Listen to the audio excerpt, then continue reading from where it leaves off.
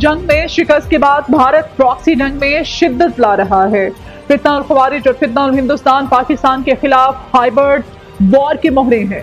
دہشت گرد گروہوں اور پراکسیز کا انجام بھی وہی ہوگا جو معرکہ حق میں ہوا۔ بھارتی اقدام بلوچ عوام کی حب الوطنی کو نشانہ بنانے کی ناکام کوشش۔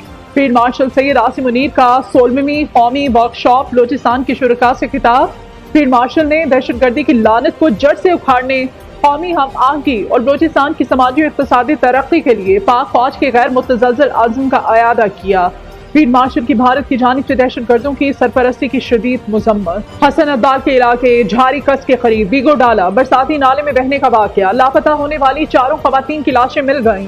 بچے کی تلاش کے لیے آپریشن جاری۔ ڈالے میں 10 افراد سوار تھے۔ ریسکیو اہلکاروں نے 5 افراد کو زندہ نکال کر محفوظ مقام پر منتقل کر دیا تھا۔ روس میں 8.8 شدت کا طاقتور زلزلہ، علاقے کی عمارتیں شدید متاثر، پورے بحر الکاہل میں سونامی الرٹس جاری۔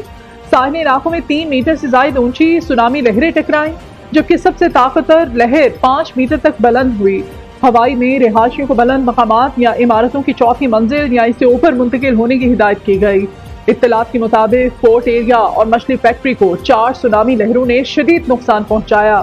علاقے میں ایمرجنسی نافذ کر دی گئی۔ زلزلے کی گہرائی 18 کلومیٹر تھی۔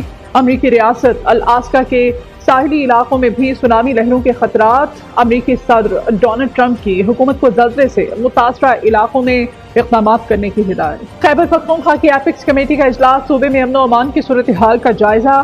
وزیر اعلیٰ علی امین گنڈاپور کی زیر صدارت اجلاس میں chief secretary, additional chief secretary, I G police, محکمہ داخلہ، عسکری اور سول حکام کی شرکت۔ اجلاس میں باجوڑ آپریشن اور امن و امان کی مجموعی صورتحال سے متعلق اہم فیصلے متوقع۔ جشن آزادی 1 سے 14 اگست تک منایا جائے گا۔ 13 اور 14 اگست کی درمیانی شب نیشنل اسٹیڈیم میں ایونٹ ہوگا۔ سی بی یو پر جشن آزادی کی بڑی تقریب ہوگی۔ وزیر اعلیٰ سندھ سید مراد علی شاہ کی صوبائی وزراء شرجیل انعام میمن اور ناصر علی شاہ کی ہمراہ کراچی میں پریس کانفرنس۔ کہا اس سال جشن آزادی کی تھیم مارکہ حق کی طرز پر رکھیں گے۔ اپنی قوم کو موبلائز کریں تاکہ انہیں آزادی کا پتہ چل سکے۔ ہر سرکاری اور نجی عمارت پر جھنڈے لگائے جائیں گے۔ گاڑیوں، دفاتر اور مالز میں سجاوٹ کا مقابلہ کرانا چاہتے ہیں۔ دکان یا عمارت کی بہتر سجاوٹ پر انعام دیا جائے گا۔ پھپھو کی خواہش پوری نہ ہو سکی، بھتیجے پاکستان نہیں آ رہے۔ جب مہاتما کے اپنے ہی بچے احتجاج میں شامل نہیں تو انقلاب کیسے آنا تھا؟ 5 اگست کا احتجاج آغاز سے پہلے ہی فلاپ شو ہو گیا۔ وزیر اطلاعات پنجاب عثمہ بخاری کہتی ہیں علیمہ باجی نے بھی 5 اگست کے نام نہاد احتجاج کی ناکامی کی پیش کی اطلاع دے دی ہے۔ پی ٹی آئی کی موجودہ قیادت بھی احتجاج کی حامی نہیں۔ 9 مئی کو شہداء کے مجسمے جلانے والے قوم کے لیے قابل نفرت بن چکے۔ لاہور ہائی کورٹ نے سابق رکن قومی اسمبلی جمشید دستی کے حلقہ این 175 میں 10 سپتمبر کو ہونے والے ضمنی انتخاب کو روک دیا اور الیکشن کمیشن کے جاری کردہ الیکشن شیڈول کو معطل کر دیا۔ جمشید دستی کی درخواست پر سماعت کی، جس میں سابق رکن قومی اسمبلی نے الیکشن کمیشن کی جانب سے اپنی نااہلی کے فیصلے کو چیلنج کیا تھا۔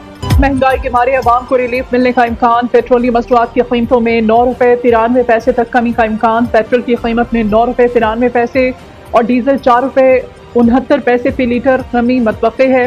عالمی مارکیٹ میں پیٹرول کی فی بیرل قیمت $2.09 کمی سے 73.19 سینٹ پر آ گئی۔ عوام کا حکومت سے زیادہ ریلیف دینے کا مطالبہ۔